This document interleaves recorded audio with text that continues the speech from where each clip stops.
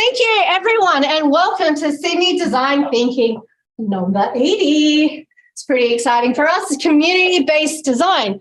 Tonight we have an awesome event and a whole bunch of experts. You'll get to ask a lot of questions too. But before we kick off, we'd like to pay our respects to the traditional owners of this land, the elders, past, present, and emerging of the Gadigal people of the Eora Nation.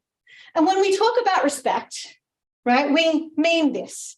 We mean this because it's crucial, not just for the Indigenous people, but for all peoples, right? And it's really vital that us as designers, design thinkers, right, we go into different communities. We go and we look at changing systems, processes, behaviours, updating, who's worked in the government?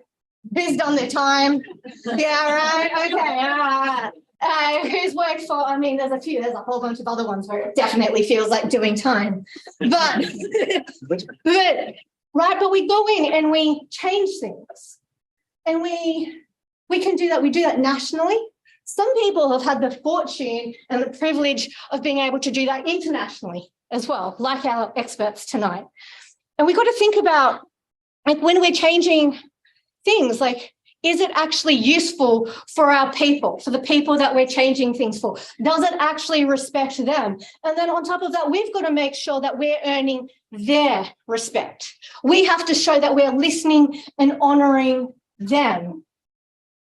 And then we've got to think about, on top of that, like, who's got access to what it is that we're doing? Because if you're making a system or a process for especially bigger organizations, especially places like governments, you know, for the individuals on the ground who that's impacting, do they get an opt-out of that?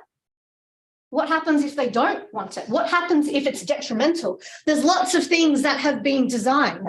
Australia's, history with its White Australia policy, that was a policy of racism. Look at Nazi Germany. What do you think that was? That was designed.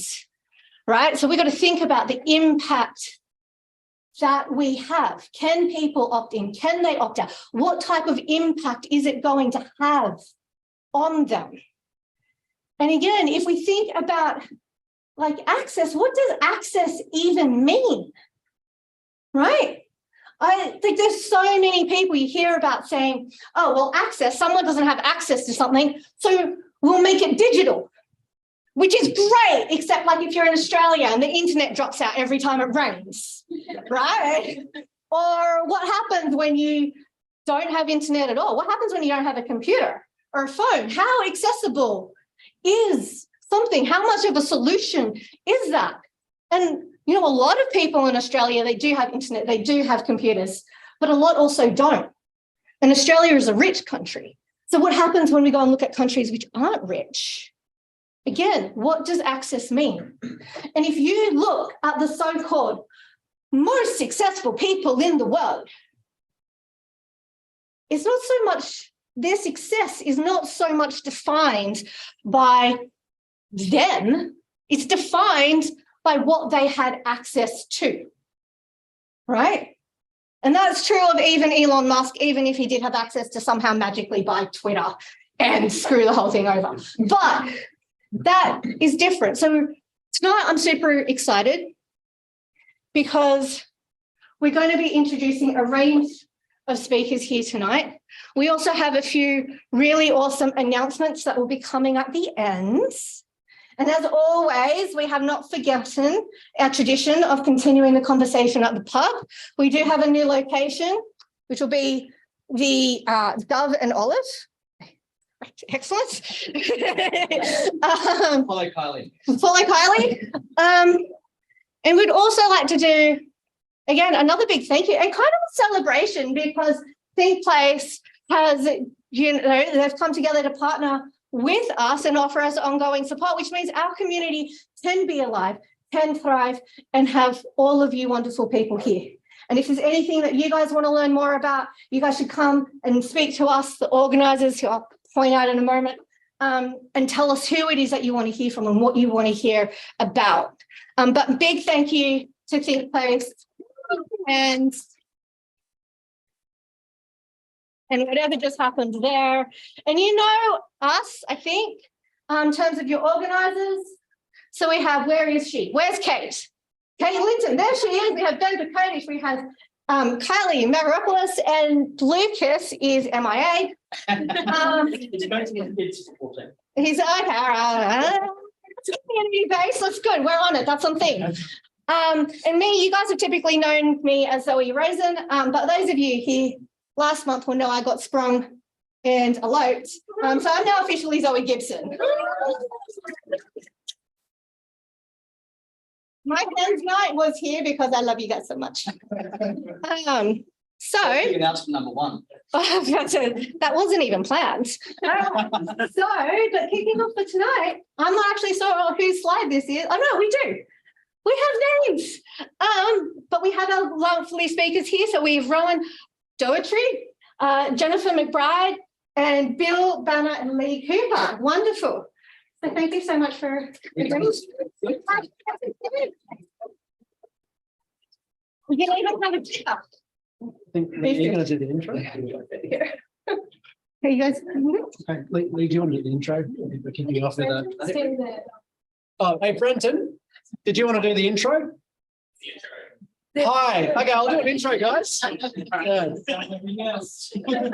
now a message from our sponsors. And so you know, that's the camera. Okay, cool. Hi. So my name is Brenton. I'm the General Manager here at ThinkPlace, New South Wales. So we're a strategic design agency. We work for the public good, as I said up there. So no, we align all our projects to the UN Sustainable Development Goals. We started originally in Canberra about 18 years ago. We've now got offices all over the world, including Kenya, US, UK, Ethiopia, Senegal, 4 in Australia, Singapore. So yeah, and look, we're really excited to help out Sydney Design Thinking. We think this is a great community, and it's just a real privilege to be able to, you know, help out the community in whichever way we can. Thank you.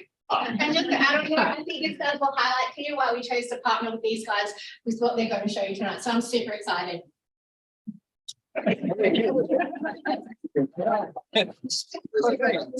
So I think we'll introduce ourselves as we each speak, but maybe Lee, I'll hand over to you. Do you want to kick us off? Yep, I will. So mine is, community-based design. We made this up last week. Like anything in design, you come up with it and just put the word design at the end. And it's a new practice. But it came about from us in terms of how we were working in communities and with communities. And in a sense, I use it more as a philosophy rather than an approach or a specific thing you do. And the quote out there, that quality about a name, which some may or may not know, is really from Christopher Alexander, talking about the ability to go into a space and you kind of know that room or that space is got something or hasn't got something. You can't directly create it, it just works. And in a sense, it's an emergent process. It's not, you almost do something in order for that to happen as a byproduct. And in a sense, the first idea about this is we don't go in with this approach outlined on what we're going to do. I mean, we kind of do when we win the bid, but then we kind of change it as we go. And it's in the sense of going, well, how might we respond to the community and do things that in order to do something else that gives us the results that we were also looking for. And you kind of move away from a workshop and move to a place of where it starts that conversation and it emerges from there. Yes, and so I think I'm talking on a project first, which is around the project in Walgett, around cultural and community hubs. I've got a, well, this works, will be excellent. This is a little video I want to quickly play. My name is Gary Trindle, and a Gamilla man. Well, actually, I'm a Gamilla man from the Nation. Gamilla people go down around Ringai, back up around Thames, back up under the Queensland border, back down to Colorado, Bryan, down to Walgett. Cuts off just this side of Bannear. That's our nation. I had 17 years with the New South Wales Police here in Walgett. I had 14 years with the Aboriginal Legal Service here in Walgett. And in the main travel quickly all over Australia, working carting the kids around sport and that sort of stuff. So come with a little bit of experience, and I'd just like to talk today on some of the artifacts and that I've acquired over the time, and some of the cultural knowledge that I know. I'm 67-year-old and still learning my cultures, but I'm trying to put the video what I know about my culture and stand about it. So when we talk about what that's Gary. So Gary was the an Indigenous leader from the Walgett community who, in a sense, was the designer. And we were his helpers, and he was the person that enabled what we did to happen. And it was amazing. And I guess when you think about Walgett, you talk about obviously high rate of Indigenous unemployment, low rates of school, all the issues and the problems. And it's got this bit of a juxtaposition of you drive in and it's like the welfare street. It's got mission, and these are all next to each other. It's got boarded up windows, broken, so you can't throw rocks through them which kind of then says the design, this is a dangerous place. And yet, on the other hand, there's also this beauty about it as well. It's this juxtaposition of this amazing space, as well as an area that is not as welcoming. And I think Jen, who was on the project with me, described it in a way that I think best sums it up, which you can share. But Jen, I used it in the report, so this Jen did describe it in a really as a way that I really liked, and is that it's a place that if you just look on the outside, you miss its hidden beauty and resilience. And you miss someone like Gary. You don't get to meet or see him. And that's what one of the strengths that we had in this project was, basically not going there and doing a workshop and coming back out, or doing a couple of workshops. We moved up there for 4 weeks, pretty much, and lived there for 4 weeks. And it was a way that the immersing experience is how we learned what we needed to understand to answer the brief, but also how could we learn the process of design with this community in order for them to design and experience the solutions in which this has to thrive. It's no good having a great idea that has to be planted in an area that's just got no ability to connect, or they don't have the relationships to begin with. And you try to go, what's the education strategy? Well, you've got 3 people who complete year 12. I don't think that's the place where we need to start. I mean, there's something before that. And so we started off with our challenge of pools, and we looked at this idea of I love pulling things from other areas. So our idea was, or our approach was, influenced a bit by this reading in Harvard Business Review about brand communities, and it talks about pools, hubs, and networks, and it talked about how that is in a branding sense. But the idea being a pool, we will share something in common, but we don't know each other. So, for example, use this space here. Say, I'm new here. We all come from a design background, but we might not have a strong relationship, a social connection. Then, through a hub, such as this community, we create something that people can belong to. And then after that, hopefully people leave and have a connection that is now not completely attached to that hub, but it's actually connected to the social and personal relationships that we have, and what then builds out of that network. And so that was the idea where we started off with this idea of pools. Everyone in Walgett agreed we wanted a better place. But even that alone actually was divisive, because what your version of a better place and my version don't connect, and therefore your way is wrong and I'm right, and now we're enemies. And it's like, well, you're in furious agreement, but yet you have no connection. So we had this place-based part where we used, we created a hub, basically a cultural and community pop-up hub. So we found a vacant social enterprise, of which we tidied up, and basically said, okay, the idea of connecting in this place is just not going to happen. Like there was actually no spaces to connect that weren't a welfare agency or a pub, actually. No, a pub. There was like a sports and community club or the RSL. And so people wouldn't go to different agencies because I won't go to that space and they won't go to that space. And so we found this vacated social enterprise and found out who owned it and said, what's what we're going to do? Come and take the space. Gary, who also was interested in opening up, wanting a cultural centre for Walgett, and we said, okay, well, what do you reckon about us if we do a cultural and community pop-up? And so we'll test and prototype a cultural centre as a way to understand what the community needs in terms of this other project and understand, and we can prototype what happens in that space and see what emerges from that area. And so, you know, Gary provided the mob legitimacy that we needed in that space. And we were there basically as flies in the wall and just basically responding to the opportunities as they emerged. And we did not know what they were from one day to the next day, hence why you had to live up there. And that became the space on how we prototyped. And so the hub, and it actually was a physical hub, but it can also be quite, you know, a hub could be a collection or a group or a project of why you connect to people. It became the thing that brought people together. The most important thing that was owned by no one but shared by everyone. Because the idea was we needed to move away from this space that is owned by someone and excluding someone else. And Walgett is divided along those lines. It's divided from town to the old missions of Ginji and Namoy, and therefore you've got people who see themselves as those three different tribes. And this is what kind of happened when we took over the space. Now, we had a opportunity where, so you saw mentor and mentorship. So one of the things that they were talking about is, oh, there's no one, we need mentors involved. There's no one here that's mentoring. We're actually some people could mentor. Well, there's a young girl there, Felicity. She's 16, 17, yeah, 16. And she was teaching the other young tackers how to do weaving. You had Frank, a local artist who's showing the kids and doing artwork. And it's kind of going, yeah, actually, it's not that you don't have that. It's we're not connected into it. You can see here an enterprise. So we just had a lot of Frank's artwork there. And those two couple came in.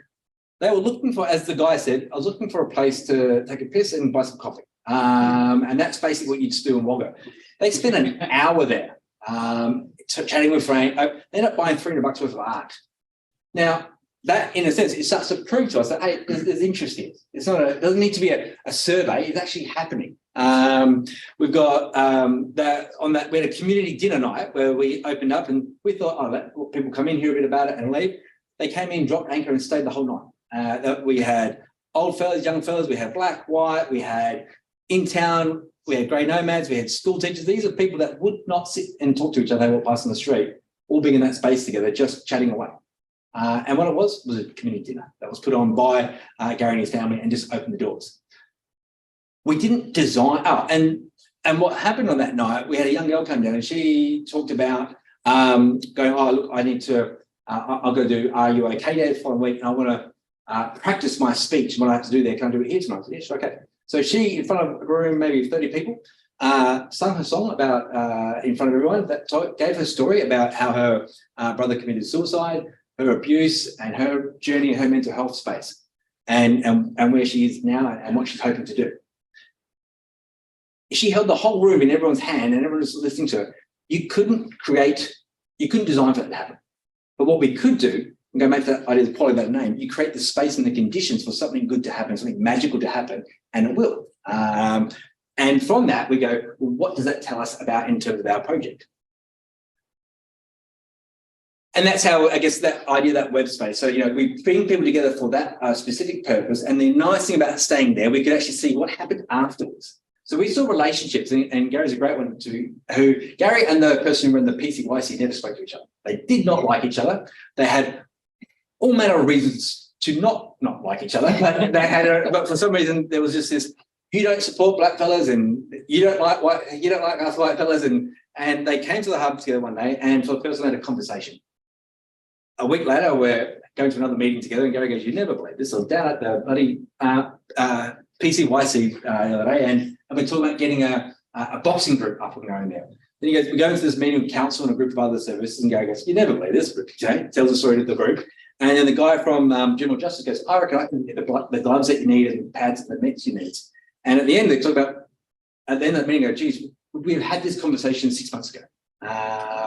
And so in a normal project, we would never have seen that. We would have never seen the value add happen because we wouldn't be there. We've done the workshop and disappeared. But now we can pick up, hey, look, this approach is showing some sustainable change beyond the immediate impact. There's a secondary impact in that space.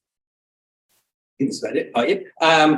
And so since then, we have the project has continued on. And so we left, we have funded the space for 6 more months. And They've been running it as a community centre voluntarily. They've used it during the floods as a relief centre and for community aid, and have continued the work since our original intervention there. And so, in a sense, that hub is still continuing on and it's still building webs and to this day. Jen? I think for me, it was especially like Walgett in the media had such a negative, had lots of like negative stories. And when we were there, like initially, I think people almost like internalized that negativity of the place. Whereas multiple people said to us throughout the time, like, oh, it's so great to see good things happen in Walgett. And it kind of gave the opportunity to be able to change the narrative around how the community is engaging with each other and how they're perceived by other parts of Australia as well. Yeah. That's yes. I think I'm up. Yeah. All right, thanks, folks. So before I speak to the project I'm going to talk about, it's probably just worth sort of tapping into where these guys just left off. I think what we're finding increasingly, it's a really obvious point, but we're in the business of creating relationships. And if you can create those relationships, it actually creates the affordances for good stuff to happen. So as a designer, I think it can be a bit of a challenge to some of the ways that we're trained, where we think that we're designing the solution. But I think in this case, actually, it's not. We're designing the opportunities and designing for relationships to form, which then supports the emergence of the stuff that we want to see. And I think for those of us involved in systems change, that's a pretty important kind of mantra for what we're doing these days. So I'm going to talk to this project that we ran in Singapore. So I've spent the last 4.5 years in Singapore running the ThinkPlace business over there. And I've come back to Sydney mainly for grandparents and childcare now. So I'm sort of fresh and new to Sydney, so it's nice to meet some people. But I'm now running a practice that's dedicated towards how you facilitate for groups of people to come together for design, big ecosystem level design. And the challenge is usually that you've got lots of different disciplines and knowledge base and expertise involved, and they don't work well together. So the art's less about design and more about getting people to work together well. So it's kind of more like a scrum master than your lead designer in a way is kind of the role I'm now inhabiting. So this project, the Alliance for Action for Lower Wage Workers. So Singapore, when COVID hit, pivoted to a model called the Alliance for Action, where they realised that to do a lot of what they wanted to achieve, they needed to bring people together and do this sort of systems level whole of society design work. And they hadn't done much of that before, so it was pretty novel. Singapore comes from a fairly autocratic background, and still to this day, they've had one-party rule for 50 years. So there is a lot of democratic action that happens there, but it looks and feels very different to what we would consider to be a democratic system with a change of government regularly. It's also novel because it's a city-state and it's got one level of government, which makes it a really interesting place to do design work, much easier to bring together systems there. So this project was around how to get more public support for lower wage work in Singapore. Singapore is very hierarchical. It's quite status conscious. Therefore, a lot of society looks down on people who are in low wage work. The lowest wage work is actually outsourced to foreign workers, and they have, out of the 5 million people in the city, 1 million are actually foreign workers who are the cleaners, the security guards, inhabiting construction roles. This project was aimed more at local low wage workers, but they were looking at 4 things that we've been asked to look at. The first was, how can we strengthen respect and appreciation for low wage work from the Singapore public? How can we foster supportive working environments for low wage workers to thrive? How can we encourage support for a progressive wage model that had been newly introduced? And how can we increase support for and returns from upskilling? What was interesting is these frames were given to us at the outset of the project. We suggested co-designing them with the members of the Alliance. They weren't ready for that yet, but that was the first round. The second round, they did allow the group to take up and frame things for themselves. And they've been progressively handing over more and more responsibility, both as the government gets comfortable with devolving power to the group, and the group gets more comfortable with the role that they're inhabiting. What we were trying to do is really connect together a number of voices. So we were really trying to create a network that allowed for more of these solutions, design and action to happen. So we were trying to link together people who really gave a shit, people who were really passionate about this issue and wanted to do something, who had that driving force. We were connecting them with the voice of experience, so people who were low wage workers or were working in that system or were potentially affected and stakeholders involved. with capability, which we talked about, people with resources, money, labour, volunteer time, people with specialist knowledge, skill sets, and people with access to workspaces, like employers, for example, coming together with designers who are helping to broker, facilitate, and coordinate, people who could play the connector role to connect together diverse communities and people who don't always talk, and people who could actually represent and document what was going on so that the group could sort of track what they were doing. I won't go into too much detail because I suspect we're going to run out of time. So long story short, we went through an approach that if you want to know more about, come and talk to me, but it focused really heavily on coming up with some initiatives that they wanted to run and then prototyping them really quickly. It ran over 6 months. We basically had a workshop every month acting as a sort of bookend or a milestone where we actually trained up the groups in the next stage of the design process, heavily focusing on prototyping, testing, just getting comfortable with getting their ideas out to the people they were actually designing for and with quickly while it was still rough, which was a pretty alien behavior to a lot of them. So that was really what we were focusing on. By the end of it, we were getting collective review so they could look at everything that they'd achieved, what they'd learnt, and actually framing for the next group who was to come beyond them, and also showcasing, so connecting them with scaling partners who could come in and take some of those ideas, take them on board. And we had a few of those ideas where that actually did go to fruition. So this is just some visuals. We had some quite beautiful venues that we were able to use, courtesy of the government sponsoring it. We also had, this was all when COVID hit, so we kept going flip-flopping back and forth from, this is the first workshop, which happened just as things were starting to relax, and then Delta happened, and then everything went back virtual again. And then by the end of it, we could meet, but we all had to stay a metre away from each other in our workshops, which causes all sorts of connections when you're trying to design interactive exercises, but I'm sure you will live that experience yourselves. This guy, that's the Deputy Prime Minister and the Minister for Manpower, which is their Labour Ministry. It was really interesting so we talk about this action network, and so they wanted to come in and, you know, the cynical view is they were coming in for a photo op. But we got to brief them, and we had sort of full latitude from our sponsors to give our opinion to them. We said, look, please come in here with the view that you're part of this network and you're trying to help create these opportunities too. The best thing you can do is open your little black books and hook people up. Because the main thing that made a difference in this was knowing people who could help you do what you wanted to do. It was all about that. Things seem really hard and difficult to do until you find the person who knows how to do it. Or knows the right kind of people who can make it happen. And then it becomes easier. So this whole thing is about making this stuff easier to do through establishing those connections. And actually the minister started WhatsApping the groups after the session and hooking them up with people and the town council employers. And that actually had a real effect. It made a big difference to what the group could achieve. I don't know if we'd see that in Australia. I hope we do. It's interesting how close a lot of this is in Singapore. Another big factor was we got a lot of good press. So the other effect of having these VIPs in the session was that it got press, which actually gave prestige and a bit of energy and enthusiasm to the participants, because they're all volunteers, right? So 6 months of sustained effort and work beyond their day job as volunteers. How do you sustain that energy? The PR and the sort of boost that they got from seeing their work out there, I think made a difference. And actually the results were reported by the Prime Minister in the National Day address. So, you know, people were sort of taking it seriously, what they were doing. And that had a big effect in actually galvanizing the groups to give their all to do it. Also scared them shitless because they knew that they were going to have to report to the Deputy Prime Minister at some point. And so that kind of spurred a bit of action and urgency to what they were doing.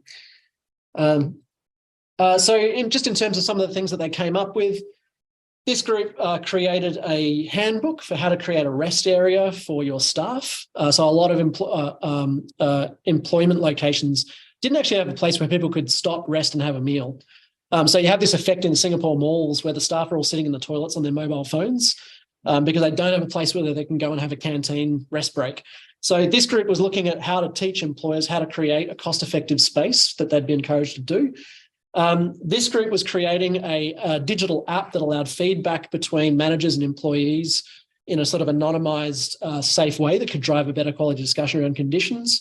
This group actually ran and mounted an advertising campaign in support of the low wage, progressive wage model. And this group ran an interactive experience for children to meet their everyday heroes around them. which they actually did online because it was in the middle of COVID still, which probably wasn't as effective as it could be. But it was still pretty cool. They had like this MC hosting it, and they had sort of this class of kids who joined and kind of met their local cleaner and had this really engaging session with them. So they tried a bunch of things.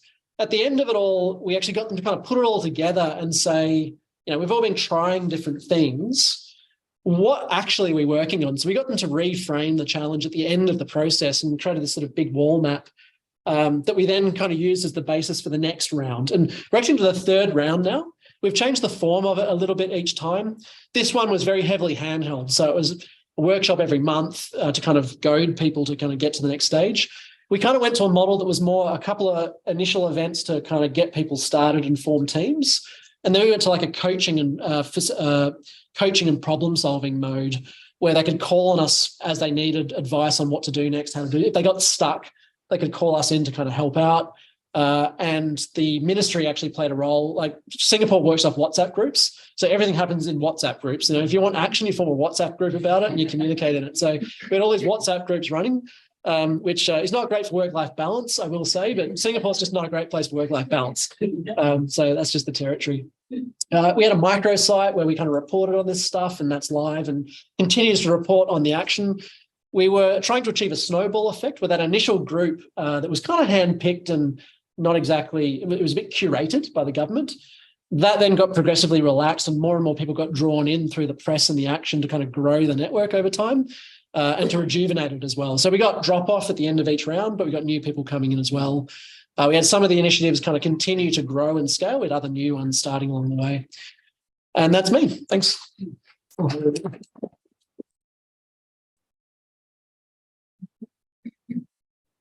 All right. Hello, everyone. My name is Rohan Doherty. I lead ThinkPlace Australia's international development portfolio of work. So all of my work actually is outside of Australia, mostly in the Pacific region and Papua New Guinea and a little bit of Indonesia. Mostly our clients are the United Nations and United Nations agencies. So I'm going to talk about one of those projects today. So start of last year, we were engaged by United Nations Development Program to design a entrepreneurship training course for Bougainville, for young people in Bougainville. So working for me. Yeah. Bougainville is an interesting place. For those who don't know about it, so good. No, it's the computer. Next slide. Control Alt. Not changing anymore? Nope. That's right. Keep talking.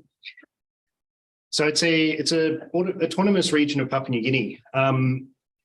It's interesting because actually a couple of years ago there was 2019 now actually, there was a referendum in Bougainville where 97% of the population voted to become independent of Papua New Guinea.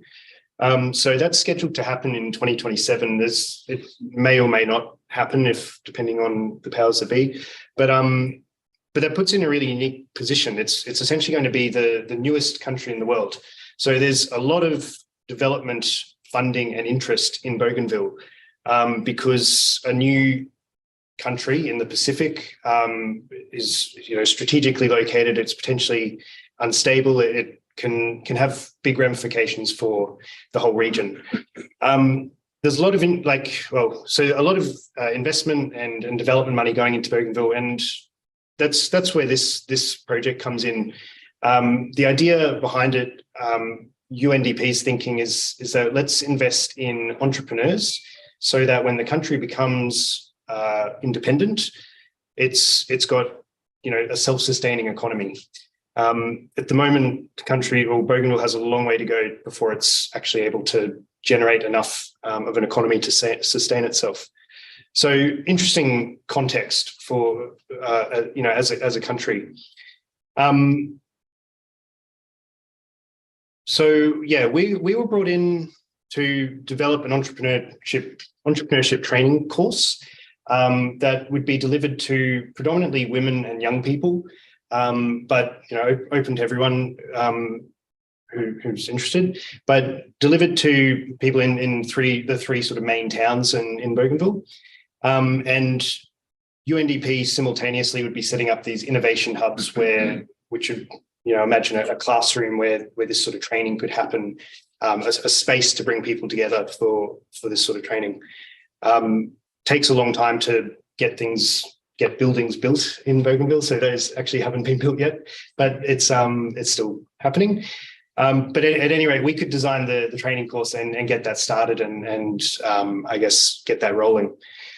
So ThinkPlace was brought in as sort of the experts in entrepreneurship, and the idea was that we would create the curriculum and all of the training materials and everything that the trainers would need, and essentially hand that over to local trainers who would then go and deliver it, which I think makes sense. As foreigners, I actually think we don't really have a place to, local trainers will be able to connect with the community at a far greater capacity than we can.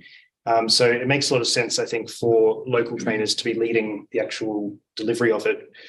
To start the work, though, what we proposed was that we need to do what we called a needs assessment trip, but essentially, we needed to connect with the communities that would be benefiting or receiving this training, to understand where are they coming from, where are they up to, where do we need this training to connect. So we travelled to Bougainville and had a week there. And the idea of this needs assessment trip was that we needed to, I guess, understand what sort of how are people thinking about entrepreneurship to begin with, and what sort of capacities, what sort of training will they need to receive. I guess some more context is that there's been, you might have heard about the Panguna mines in Bougainville. So extremely large mine 20 years ago that caused a lot of warfare in the country. And it actually meant that for a long period, there was essentially no schooling happening in Bougainville. So you've got this big generation of people who never went to school.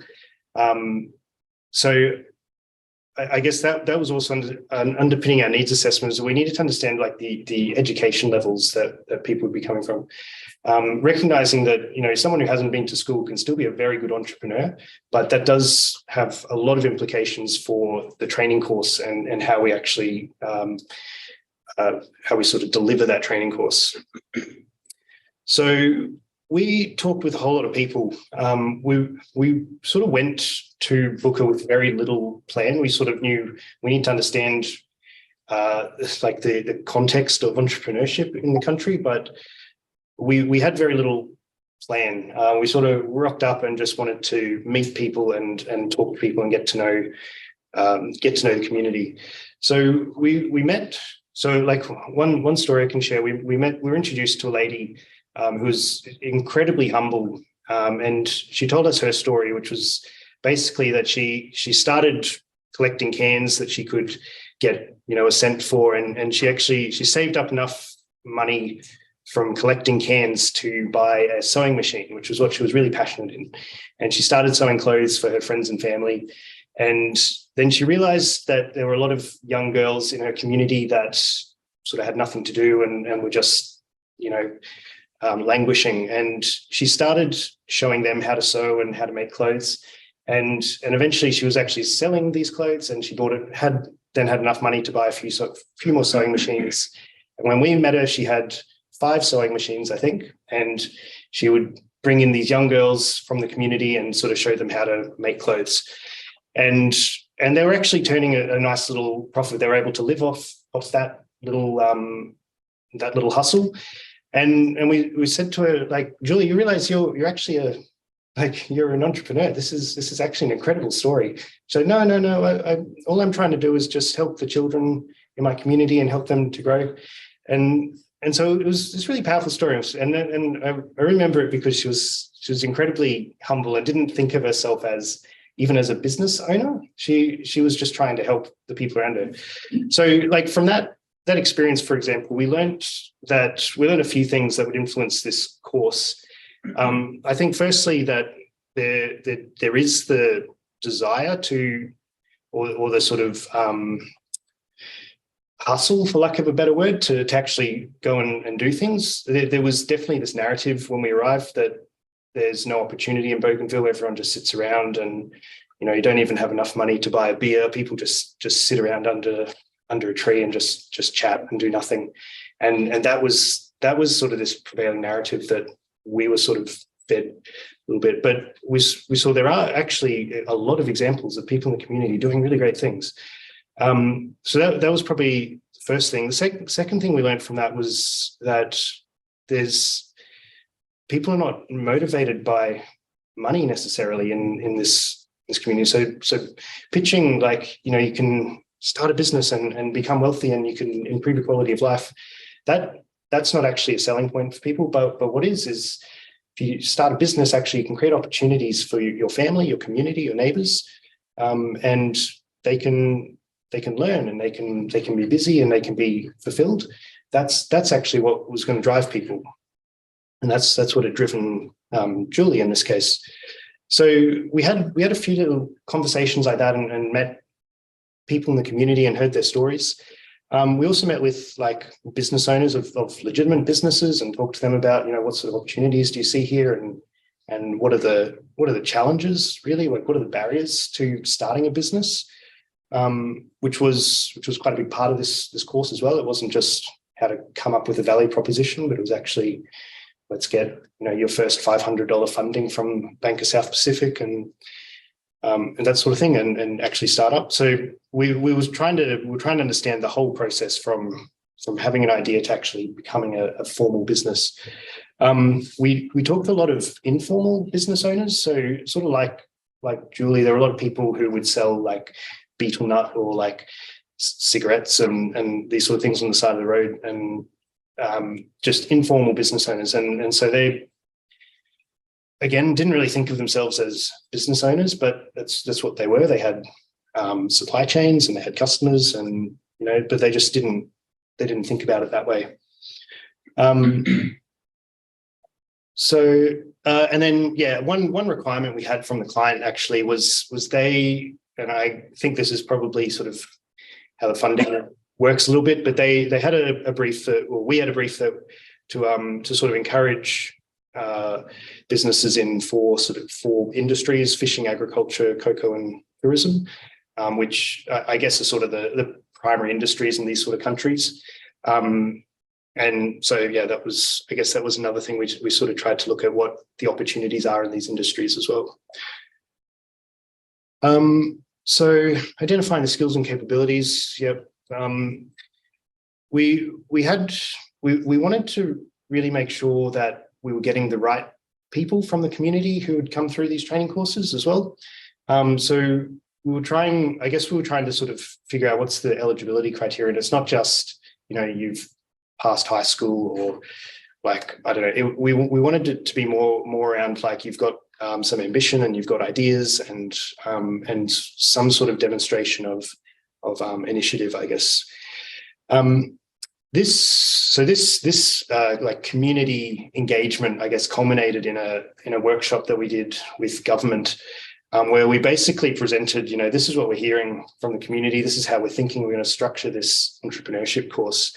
And it was really interesting actually, because it's quite a really small country.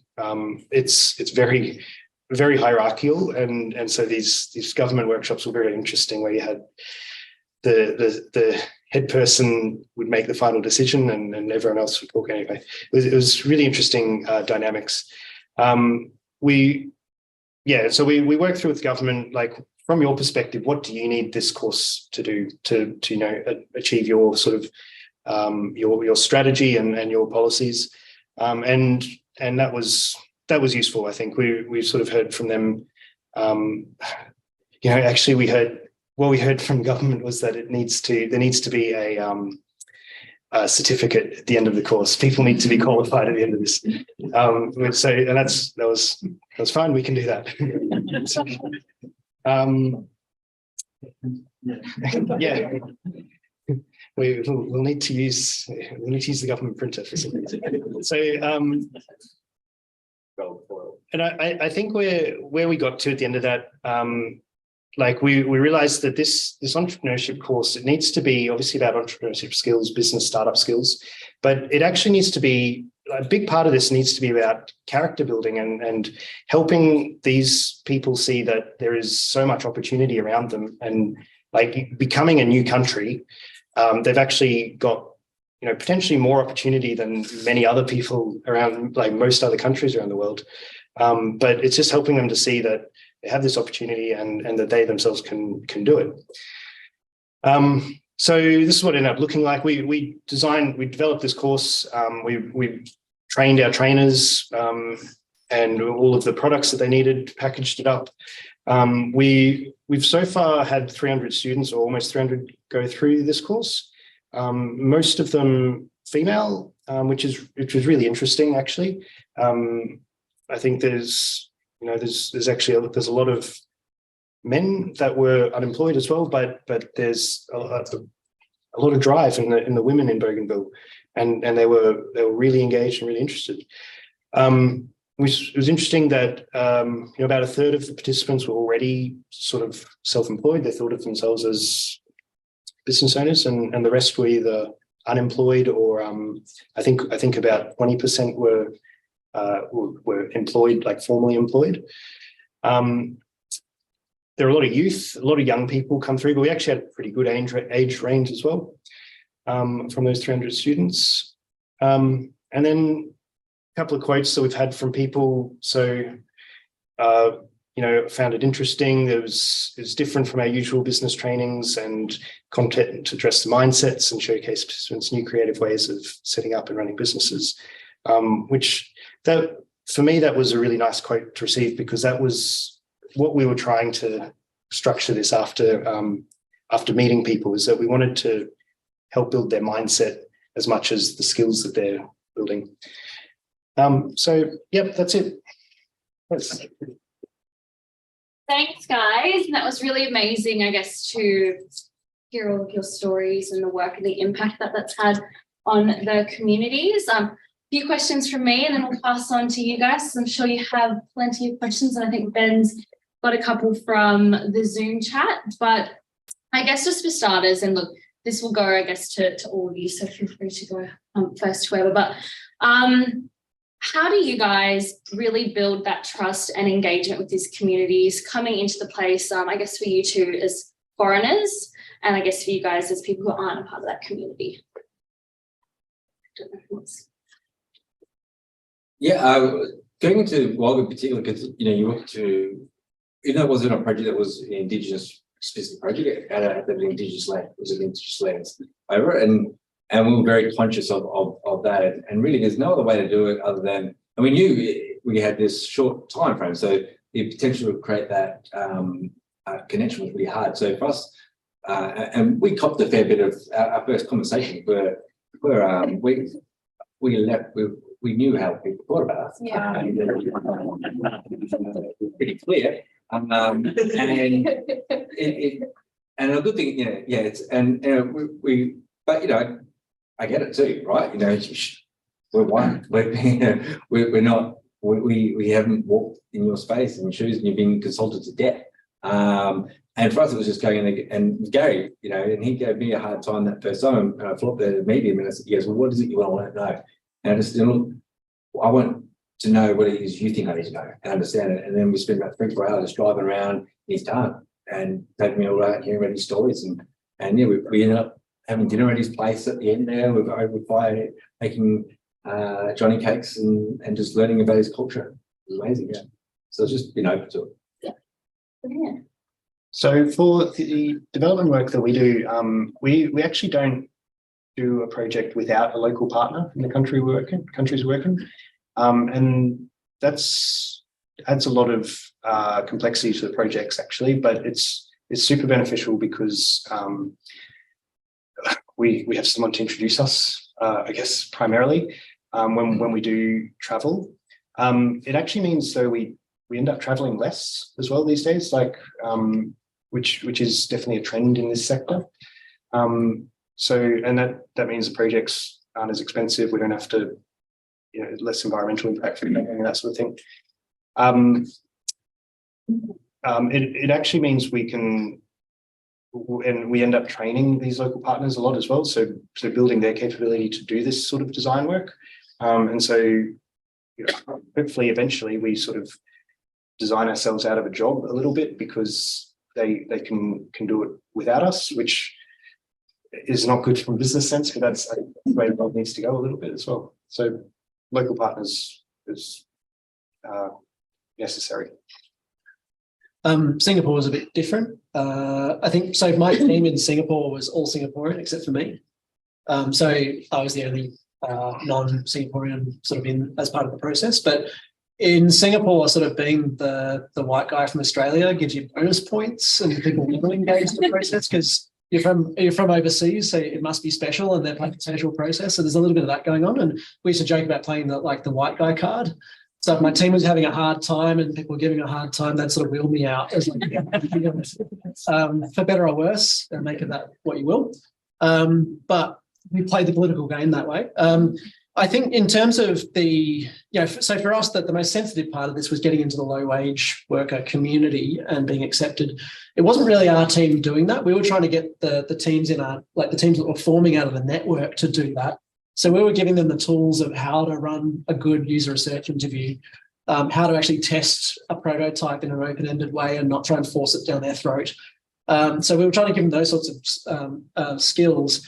And the group that we had actually had people who were low-wage workers themselves, and were introducing them to their colleagues, because I didn't say it before, but the makeup of the alliance was employers. We had CEOs and people in different sort of corporate expertise, which was quite beneficial.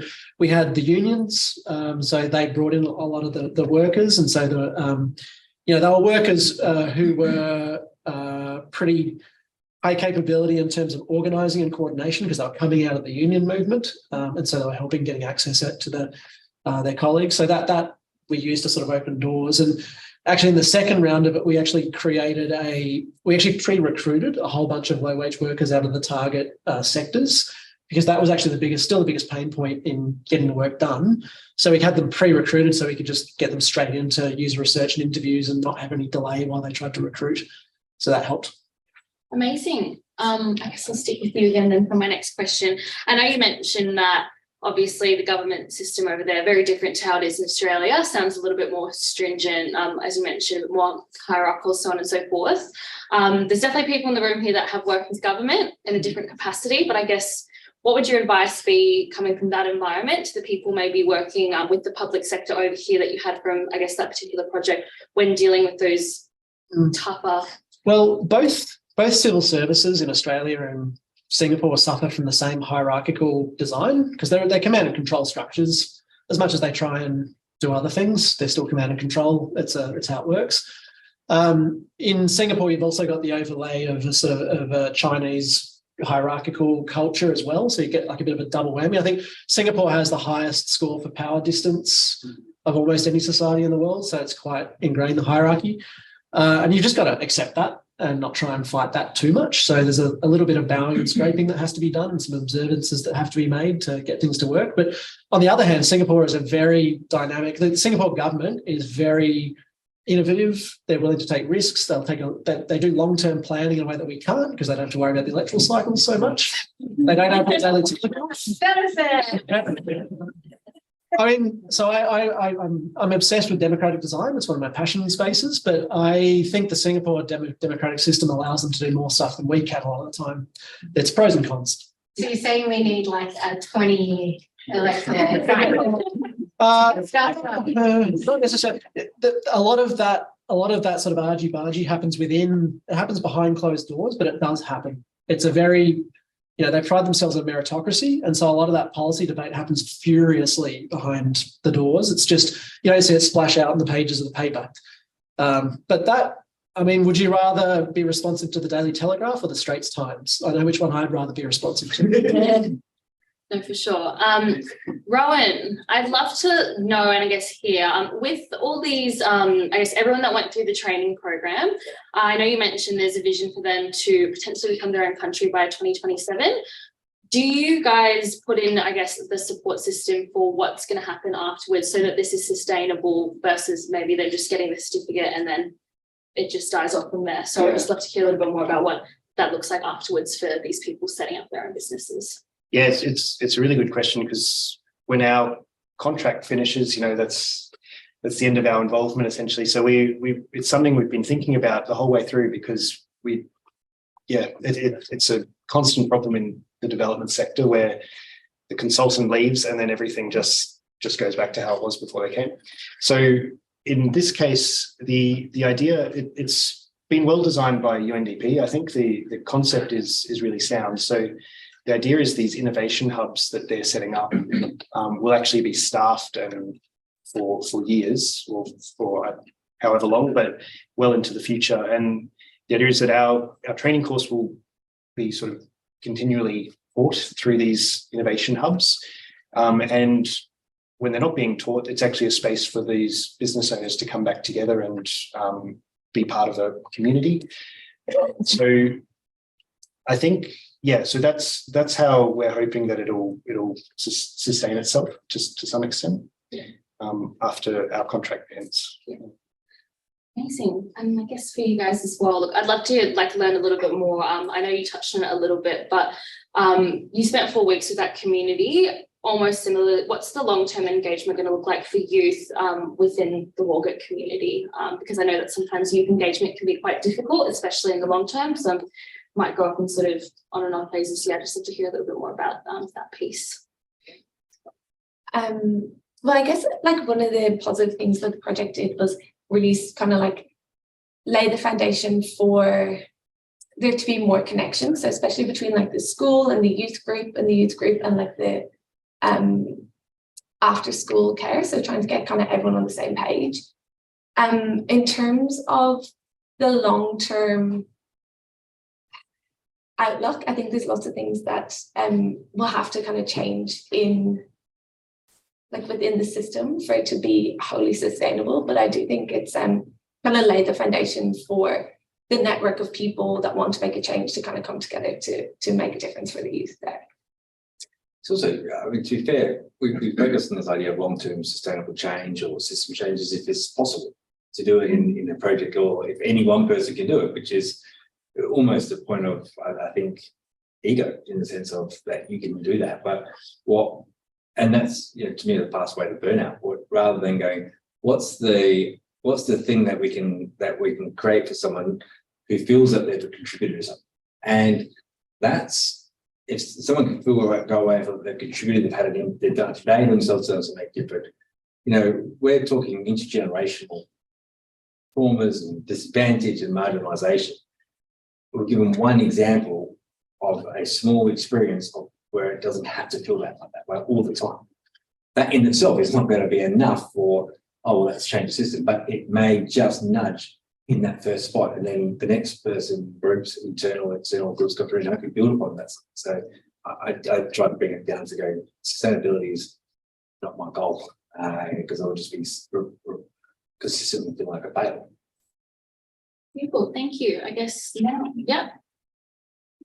A question from Jake online, and Lee, I promise this isn't me speaking. Yeah. And it follows on from the last question, actually. So I'm interested to hear, as a designer, how you balance those expectations that a funded project might not be the solution that community stakeholders are hoping for, but to build capacity for community action or building something that is a piece of a bigger puzzle. Yeah, look. So that everyone's trying to satisfy somebody else, right? You're trying to meet the needs of the person that pays the funding versus the voice that comes from the community and the space there. And to be fair, it's a choice of how authentic you're going to be to yourself and to your approach. And then how do you draw that back to what the primary purpose was? And to be fair, the primary purpose is our vocation and employment strategy. When and it's to the, you've got 3 people that complete year 12 on average per year, and that's just getting through. That's not passing. That's just that they stay at school long enough to be classed as completed out of what should be about 100. So that's a rounding error to 0%, and it's that's a failed state in our own backyard. So this idea of this strategy and all these are the opportunities. Well, we haven't got the first mile, let alone the last mile. So it really was drawing that back in, and we showed where the opportunities were, but our first thing went back to this idea of, well, if we don't have that relational capital, we don't build that trusting commerce, we've got nothing to build on top of it. And by having a demonstration project in the space that was open, when our clients came in, like the Department of New South Wales, could actually see a community operating together, and a local business say, we have never had an experience like this in Walgett, and I've lived here my entire life. That carries a lot of courage. And so, in a sense, the recommendations will be forgotten in a week as they do it, I think, but the experience will be remembered, and it goes back to that. And that to me is far more important than what ability we can forecast what the employment opportunities are going to be in 2030. Mining. You've got the report that says that already. I don't know why. But so, Chelsea was like, but this is the first part. This is that what we're trying to understand. What's the bridging capital that we need to create there to achieve that? I'll check in. Yeah, probably. And it was also not least specific, but it was along the lines of something we talked about earlier. So I don't know if anyone else wants to talk about specific communities.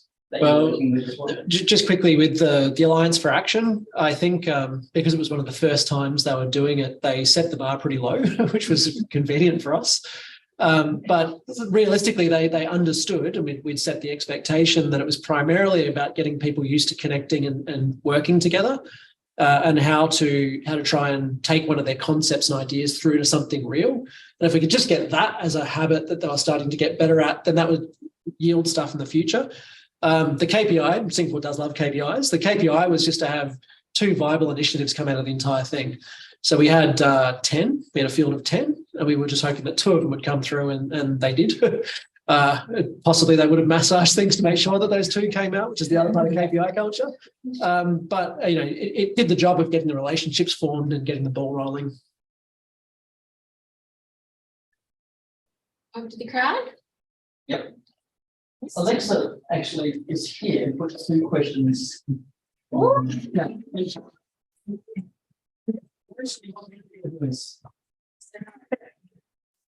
You can't all back and forth, mate. You might as well put your voice in the room.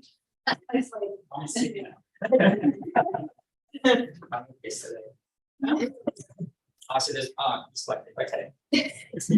Feel free to just yell them out. So, okay, it's easier. About the PNG stuff, I'm just curious if the government was sensitive to what you guys do or any findings. Yeah, well, that was really why we had the meeting. We called it a co-design workshop with the government while we were there, was to make sure that they were aware of what we were doing and on board with what we're doing, and also to give them some opportunity to have some input. But what we witnessed was actually UNDP have an extremely strong relationship with the government of Bougainville. So there was sort of at a higher level a pretty good understanding of UNDP is working to support Bougainville government. It's only in relation to Papua New Guinea. I actually had quite a few years of my childhood there, and on the mainland though, and highlands. But when you started talking about like an entrepreneurial thing, the first thing that came to mind is the people that are there and established there now are already very self-sufficient, because they don't actually have kind of an economic system that drives it. They're self-sufficient, and also barter and other forms of exchange are very strong. Yep. Did you feel that you could talk about entrepreneurship in a way that didn't clash with their cultural norms? And I'm kind of asking the question in light of, for everyone here, apparently not making large changes, but sowing the seeds of change can often is the best thing anyway, because then you don't get the chance to tread on their own internal strengths or their current cultural model, and they get a chance to evolve themselves rather. But did you get to, you know, think about it in context of the current cultural norms? Yeah, so I think it's, you know, we were trying to, like I was sort of saying, we were trying to make this course align with their sort of way of life, I guess. But I guess the way, like, the sort of first module of the course, right, was about the language of entrepreneurship and teaching just like what is an entrepreneur, what is a business model, what is a business, and just like defining these terms. And from what we sort of got, our feedback was that people were really engaged with that, and I don't think we saw, so whether that was by design or if it's by just where the country is at in its sort of culture, but I don't think we saw much sort of conflict there. People were really open to it and interested in it. Yeah, we didn't really get any. Didn't seem to have much conflict with the existing culture. Yeah, whereas, for example, like I've heard that in some Aboriginal communities, when someone does well for themselves, they have to very quickly distribute the wealth amongst the community, which takes away some of the incentive for them. Whereas I know that the self-sufficiency and the barter, so like if you grow a few more pawpaw, you get a few more dollars. There's a very immediate response in that culture. Well, but to that point though, in the sense of an Indigenous community, so yeah, there is that notion of if one person will work and then everyone ends up with the money, but our system of employment only allows one person to have a job. So we looked at it, so with the community centre, we handed it over to Gary and his mob, and they didn't require a particular person to be there. It was like, whoever's here today is going to work with me. And so the idea of shared distribution isn't just the income, but actually we would naturally share the workload. And so we were actually looking at going, well, how could you prototype a way? So there's lack of employment, there's employment opportunity that jobs can't get filled. And it's like, well, actually this job could be done by any one of those 5 family members, but we can only employ one person. So why not employ a mob? We can even prototype it by a trust where they will take responsibility of having someone there every day, so others can deal with whatever cultural norms is also in the area. And it's certainly not this only money is shared. It actually would naturally fit if we could share the workload. That's adaptive culture. I just like I'm finding this really interesting because you guys are designing for people, for humans, and particularly relationships.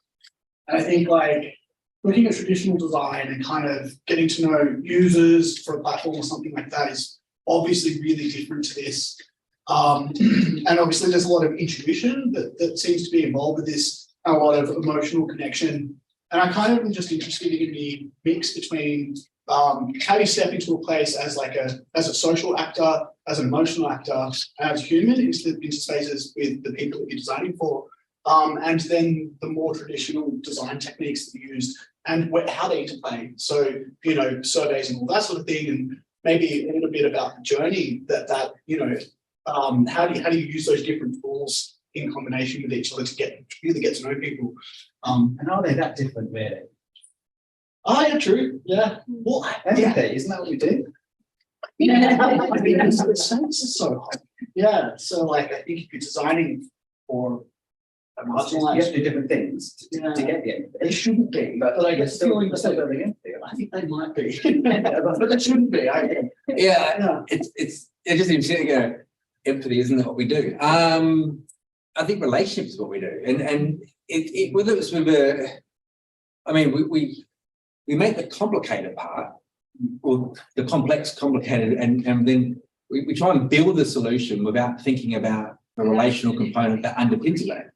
And you know, when we were out there the night that we got invited out to on at the Gary's land, and we had dinner. Now, could we bill for that? I mean, yeah, it was the most insightful evening and experience and learning from that. And I don't think there's any value in removing yourself from that. I mean, I think we spend too much time trying to remove ourselves from being as if we are human beings. We are not, there is no way to not have a bias, not to have an involvement and engagement in that space, and therefore embrace that, acknowledge that, and know what that is and be aware of that. But I just think you've got more chance of, and then we do step. When we come out, we're then reflecting back on it. I would say there's more reflective practice post that and going into that space with more awareness of I'm going to relate to these people and see what we learn from that, as opposed to trying to force an outcome. What do safe to fail experiments look like in those two different contexts? I think it's an experiment that isn't a safe to fail experiment. Every experiment that we looked at should naturally be designed to be able to fail safely. Otherwise, we're doing safe experiments that don't really look like we fail. We tell people again, oh, it wouldn't be good if you could learn if you had more collaboration. Boom. Well, thank you, but how about what would it look like to actually collaborate? And we then, okay, let's throw open a community meal, a dinner, and people just start doing stuff. Like the less artificial something is, the more natural, and it's all there. It's just, we had like in that space where we just opened the space that people could come and interact, and all of a sudden you've got people that would never sit in a room together getting along because it's outside that space that would normally be there. So can I follow on from what was there? Because a lot of Indigenous leaders are saying that we, particularly as a white man, need to adopt a more Indigenous mindset. So you've got a lot of things here with community-based which is one of the principles in Indigenous mindset. So is there anything from what you've learned in doing these sorts of projects that you think should change what we do in a corporate, private, which Western country? Oh, yeah.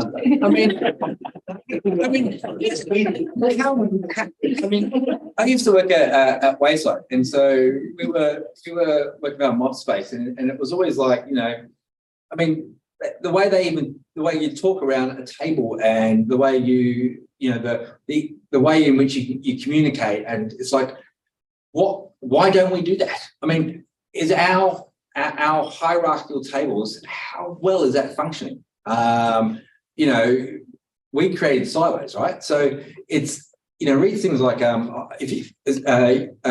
Talk by Tyson Yankapatora, who's a professor in Melbourne.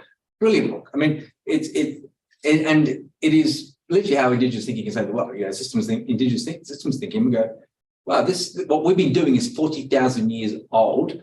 And the wisdom there. I mean, Walgett is the word is the meeting of two rivers. Again, doesn't take a genius to think about the idea of Indigenous and non-Indigenous, two rivers meeting. What can we form out of that? I mean, the metaphors there, the metaphorical thinking, the storylines are all there. We would benefit from just thinking about how that works in there, even from strategic planning.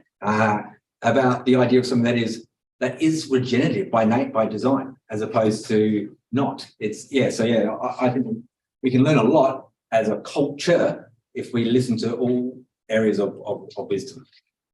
Something to add on to that, something I've been thinking a lot about for a while. I think Indigenous kind of ideas really challenge human-centered design, where like humans are not the center, don't need to be the center of design. It's actually humans with the environment and the world and our country are actually all equal. And we think of it like humans shouldn't be at the center of that. And if they are, that's actually to our detriment.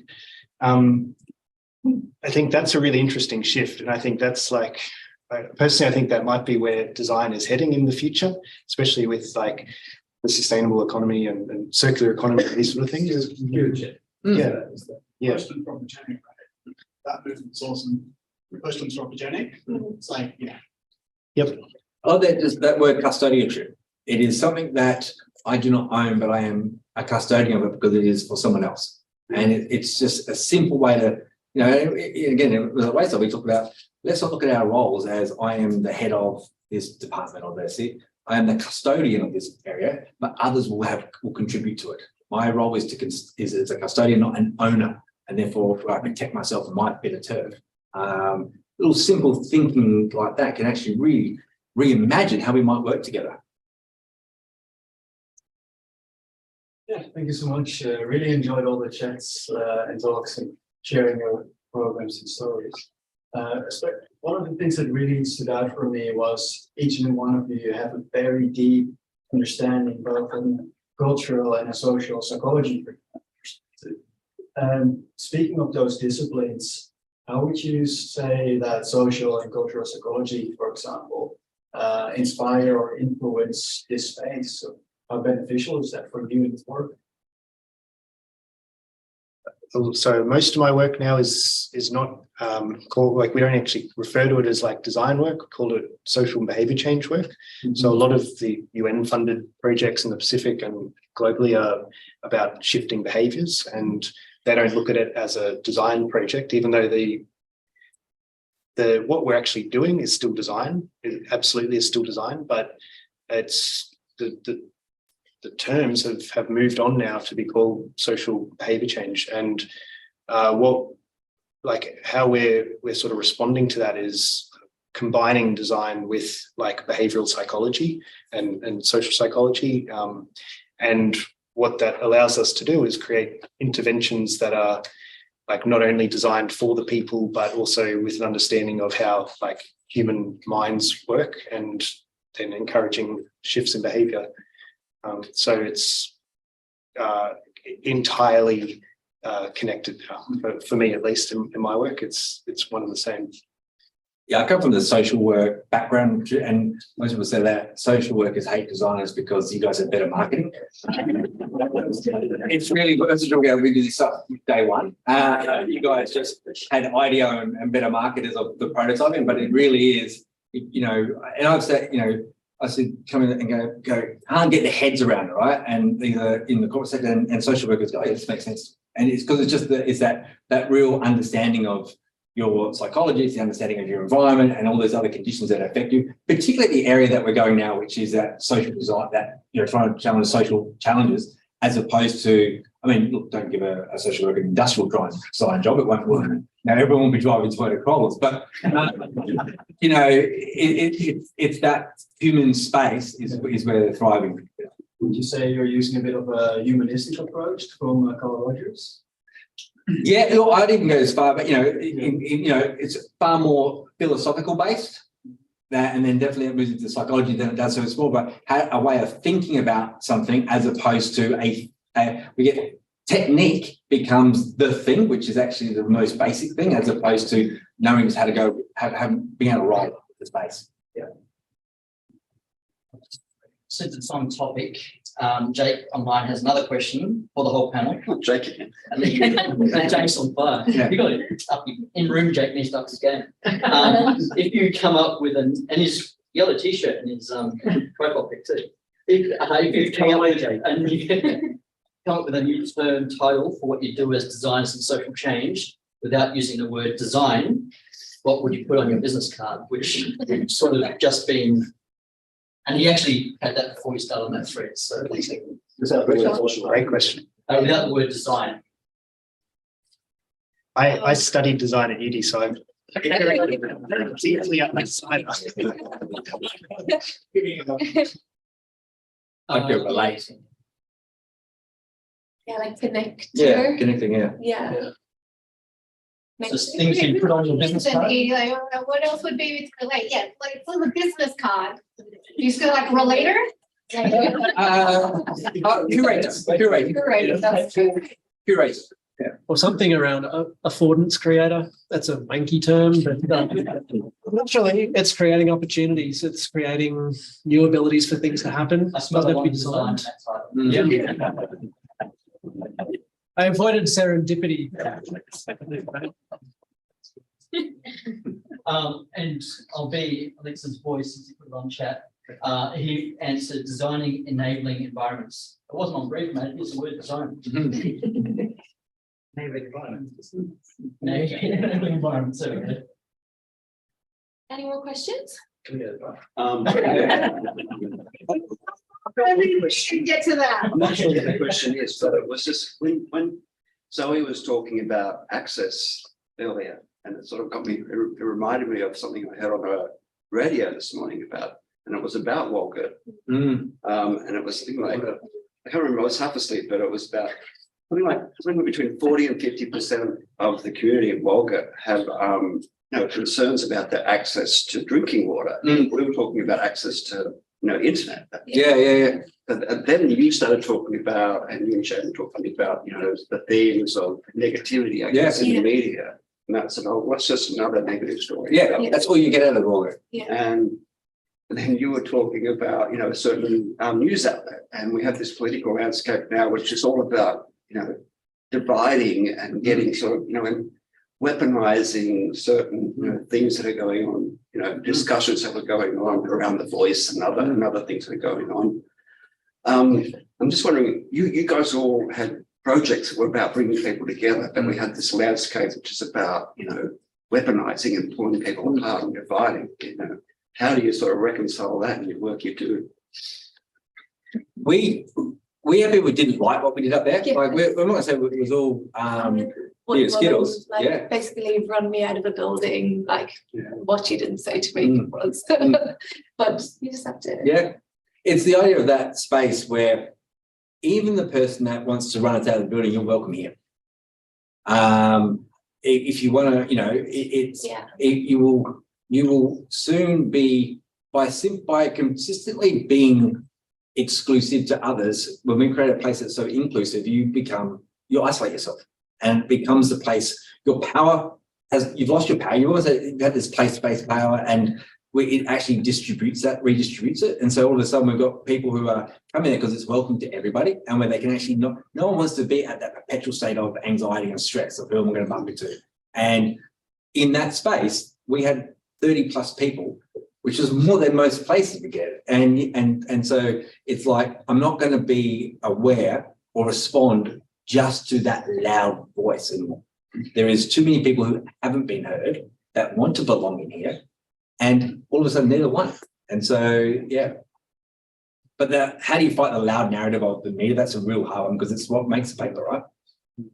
Singapore's almost the opposite problem, that there's been an undertone and an overtone of censorship at different points in its history. So it's really about what they're worried about. So the government's very committed, I think, to trying to increase citizen engagement around what they do. And they're trying to overcome a long culture of citizenry kind of does their thing and does what the government says, and in return the government will look after you kind of mantra. But that's all sort of starting to shift and change now. But they are, I think, trying to do it in a way that doesn't unleash Pandora's box and get arguably what we get, which is the decline in trust in democratic systems and these sort of slanging matches happening in public discourse all the time. So they have a much more controlled discourse. So we're actually trying to do the opposite in our processes. We're trying to create spaces where people can actually talk out loud properly and engage in reality with each other. And we did another Alliance for Action that was on the role that older people can play in after they retire with sort of either employment or voluntary activities. It's a bit of a loaded question, how they continue to contribute to society in their old age. So you can challenge that framing. But what was interesting is this cross-generational group that we were doing it with. And really, you can see the difference in the generations of where they'd come from and how comfortable they were talking about their opinions out loud. So we were really trying to create equality and a safe space for them all to be able to talk. And that was kind of key to what we were doing in all of these things. It's creating that safe space within the network, even if that's a closed system, and then stuff that's happening outside might be a bit different. But within the space that we're creating in that network, you can shift the way that the discourse is happening. Right. Thank you guys so much. That is just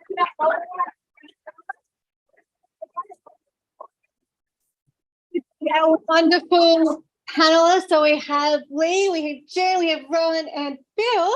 Can we have it one more time?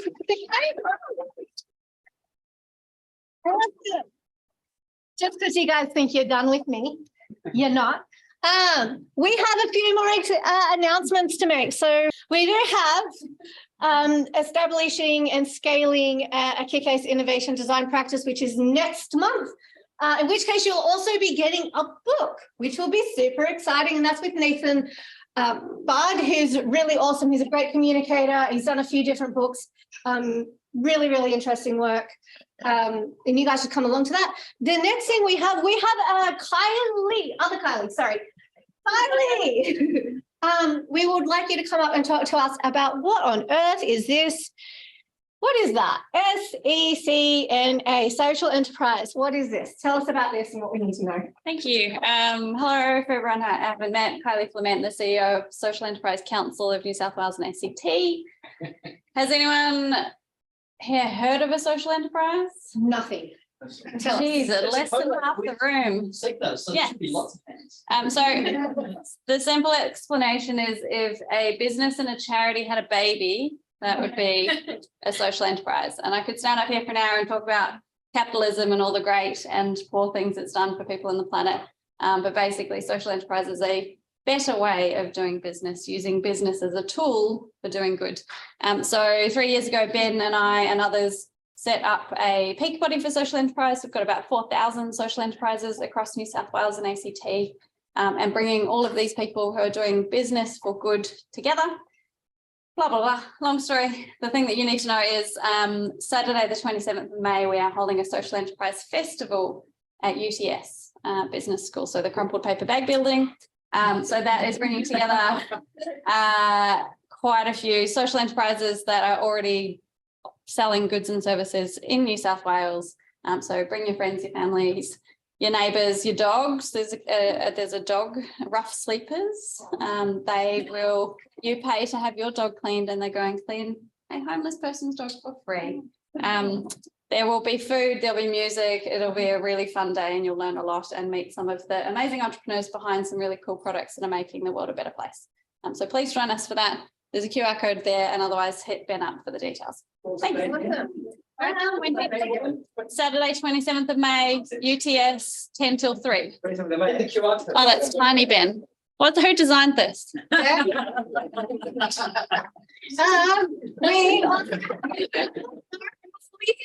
Escaping, we are going to the pub afterwards, but can we now have Susan? Can you come up here and tell us what your announcement is? So for some of you who are regulars at Sydney Design Thinking, you might remember about 6 months ago, I stood up here and I innocently surveyed you about your opinions about the design community here in Sydney. Anyone remember that? A few people do. Okay, great. I actually had a real hidden agenda when I did that. It wasn't just intellectual curiosity, but we were actually bidding to host the Interaction Design Association conference here in Sydney. So we were bidding for it. It's the first time that Interaction Design Week will be held outside of either North America or Europe. So I wanted your data because we were involved in a show and tell about how great Sydney was. We did a pretty good job. We won it. And the conference is coming to Sydney on February 25th through March 1st next year. And we want every one of you to come. All you have to do is buy a ticket. It's really simple. We've got early bird tickets on sale at the moment. If you look at interaction24.ixda.org, you will find them there if you want to hit up myself or Ben. We are very much involved in the organizing of it. Ben is the co-chair of the Education Summit, which is a part of that. I'm the co-chair of the rest of it. And